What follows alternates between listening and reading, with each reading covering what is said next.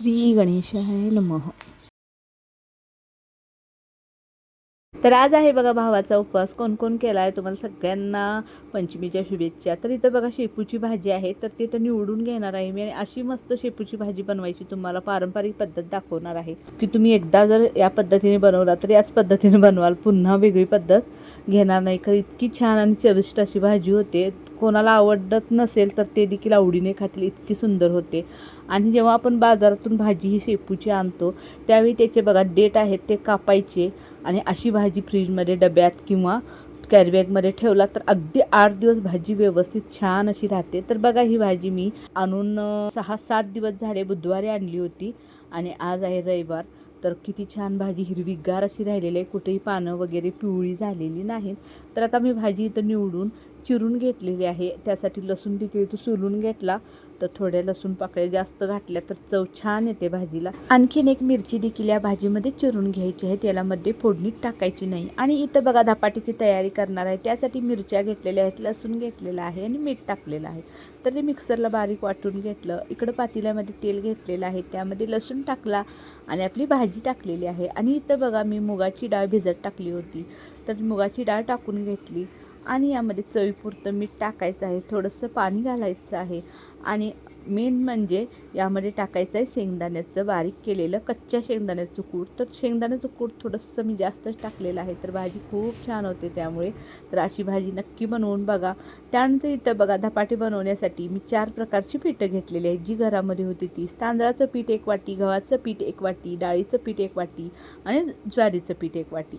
आणि त्यामध्ये बघा थोडीशी धनापूड, थोडासा ओवा आणि आपण जे बारीक करून घेतलं होतं मिरचीचं ते वाटण आणि कोथिंबीर चिरून टाकलेली आहे आणि हळद टाकलेली आहे आणि पीठ छान असं घट्टसर मळून घेतलेलं आहे. आणि बघा आमच्याकडे अशा पद्धतीने धपाटं बनवतात, हातावरती लाटून वगैरे बनवत नाहीत, तर त्याला पाणी वगैरे लावूनसुद्धा बनवत नाहीत, हातावरती तेल लावून हातानेच अशा पद्धतीने धपाटे बनवले जातात. तर इथे बघा धपाटे मस्तपैकी असे तळून घेते.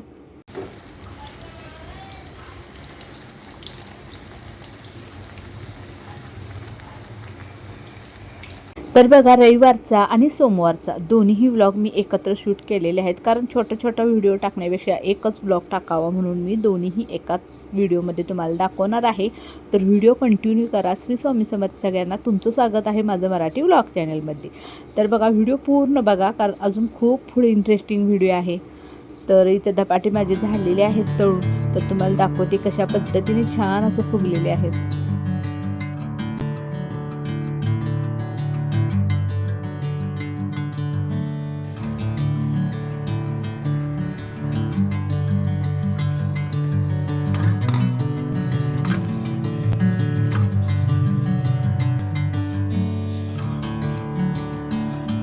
तर बघा पंचमीचे हे मस्तपैकी धपाटे आणि इकडं बनवलेली आहे आपली शेपूची मस्तपैकी भाजी.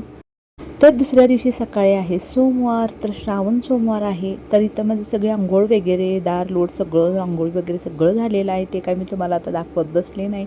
तर इथं मी पोळ्यासाठी डाळ शिजायला ठेवत आहे. तर तांदूळसुद्धा धुवून घेतले, डाळसुद्धा इथं शिजायला कुकरमध्ये ठेवलेली आहे आणि 3 ते 4 बटाटेसुद्धा मी ठेवणार आहे, कारण माणूस बटाट्याशिवाय पोळी खात नाही आणि बटाटे भाजी तर सगळ्यांनाच आवडते पोळीसोबत, त्यामुळे मी इथं कुकर लावून घेतलेला आहे. तर बघा मी पुरणपोळ्या बनवताना त्यामध्ये एक अशी वस्तू टाकायची तुम्हाला दाखवणार आहे की त्यामुळे पाहता क्षणी तुम्हाला पोळी खावीशी असे वाटेल.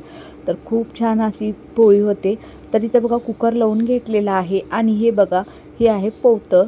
त्याला पोवतं म्हणतात. त्याला तर हळदीच्या पाण्यामध्ये भिजवून हा दोरा सगळ्यामध्ये घालायचा असतो. तर कुठल्याही दागिन्याशिवाय हा कमी वाटत नाही आणि हा गळ्यामध्ये घातला की आपल्याला गंटण वगैरे सोन्याचा दागिना घातल्याचा फील येतो आणि दिसायलासुद्धा आपण तितकं सुंदर दिसतो, इतकं छान ते दागिन्यावानी दिसतं. तर पूर्वजांनी जे काही केलेलं आहे ते सगळं आपल्यासाठी चांगलंच असतं. तर खूप छान ते गळ्यामध्ये दिसतं. तर आता मी ते कालच बनवलेलं होतं आईने, तर ते मी आज घातलेलं आहे, कारण कालचा माझा सगळा दिवस मानसच्या शाळेकडेच गेला होता. तर म्हणून म्हटलं आज तर घालावं, तर आता मी घातलेलं आहे. आणि हे जेव्हा आपण नागोबाच्या मंदिरात जातो त्यावेळी तिथं काढून घेऊन यायचं असतं. तर आता माझं सगळं स्वयंपाक वगैरे आवरला की मी नागोबाच्या मंदिरात देखील जाणार आहे. तर व्हिडिओ पूर्ण बघा. तर इथं बघा आता माझी डाळ शिजलेली आहे, यामध्ये गूळसुद्धा घालून घेतलेला आहे आणि इकडे बघा रात्रीचा शिळा भात खूप शिल्लक राहिला होता, कारण सगळ्यांनी धपाटेच खाल्ले, भात कोणच खाला नव्हता. म्हणून मी इकडं फोडणी टाकलेला आहे, तर मुलं आवडीने खातात फोडणीचा भात देखील. त्यानंतर बघा इकडं पुरण वाटून घेतलेलं आहे आणि निम्मी गूळ घातलेली डाळ मी तशीच ठेवलेली आहे, कारण आज मी याच्यापासून 2 रेसिपी बनवणार आहे. एक तर आपली पुरणपोळीची आणि दुसरी काय बनवणार आहे तर तुम्हाला उद्याच्या व्हिडिओमध्ये कळणार आहे. हॅलो, हाय, नमस्कार, श्री स्वामी समर्थ सगळ्यांना. तुमचं स्वागत आहे माझं मराठी ब्लॉग चॅनेलमध्ये. तर बघा आज आहे नागपंचमी, पहिला सोमवार. तुम्हाला सगळ्यांनाच पहिल्या श्रावण सोमवारच्या खूप खूप शुभेच्छा. तर बघा आमच्या इकडं पंचमीला पोळ्याच कराव्या लागतात, दुसरं काही चालत नाही. तर आमच्या गावात परंपरा आहे. तर काही ठिकाणी काहीतरी गोड वगैरे करत असतील, पण आमच्या इकडं पोळ्याच बनवाव्या लागतात. त्यामुळे मी इकडे डाळ वगैरे सगळं शिजवून घेतलेली आहे. बाकी सगळं माझी तयारी झालेली आहे. आमटीला मसालासुद्धा वाटून घेतलेला आहे, कारण आज सोमवार आहे. लाईट गेली तर संध्याकाळ पण येत नाही, मी पहिला मसालाच वाटून ठेवलेला आहे. आता अजून आमटी मी बनवलेली नाही, जळवणीची आमटी बनवणार आहे.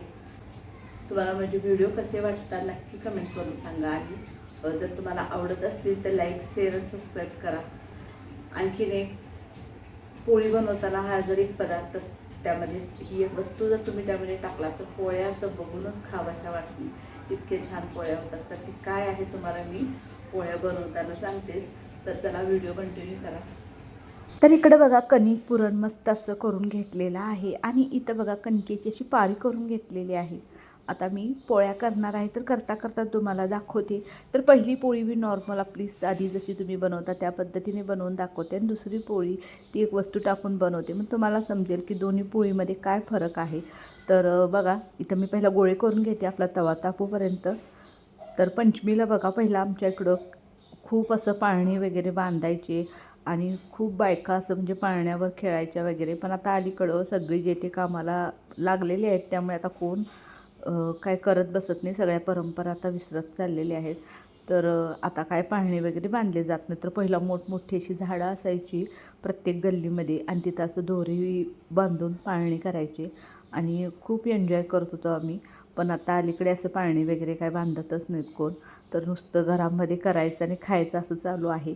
तर बघा आम्ही पोळ्या वगैरे नैवेद्य झाल्यानंतर आमच्या गावातील नागोबाचं जे मंदिर आहे तिकडं देखील जाणार आहे. त्यानंतर आज सोमवार देखील आहे, म्हणून महादेवाच्या देखील मंदिरामध्ये जाणार आहे.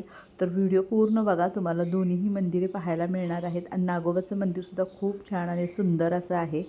तर इथं बघा पहिली पोळी माझी करून झालेली आहे लाटून. तर दुसरी पोळी मी लाटायला घेते.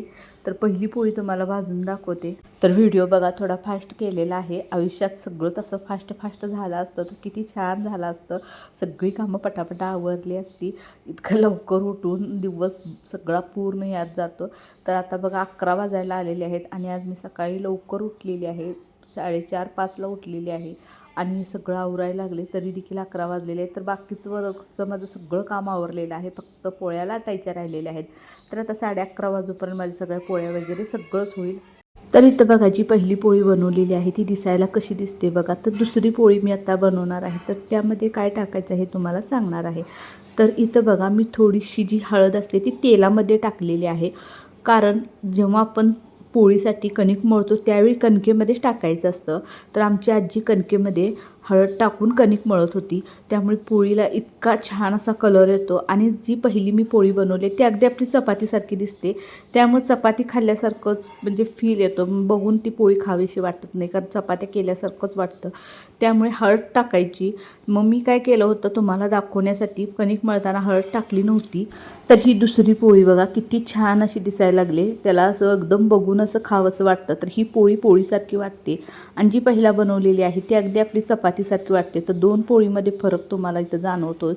तर बघा अशा पद्धतीने तेलामध्ये किंवा कणकेमध्येच टाकला तर खूप छान असा कलर येतो. पण आता मी कणकेमध्ये टाकलं नव्हतं. तुमच्याकडून सुद्धा समजा कणकेमध्ये टाकायचं राहिलं तर तुम्ही तेलामध्ये हळद टाका, जे आपण तेल घेतो पोळीला लावण्यासाठी त्यामध्ये. त्यानंतर बघा पोळ्या आवरल्या आणि आम्ही गेलो मंदिरामध्ये. तर इथं पहिलं आम्ही महादेवाच्या मंदिरात गेलो, तिथं दर्शन घेतलं. बऱ्याच मैत्रिणी देखील इथं आल्या होत्या, त्यांच्यासोबत थोड्याशा गप्पा वगैरे झाल्या.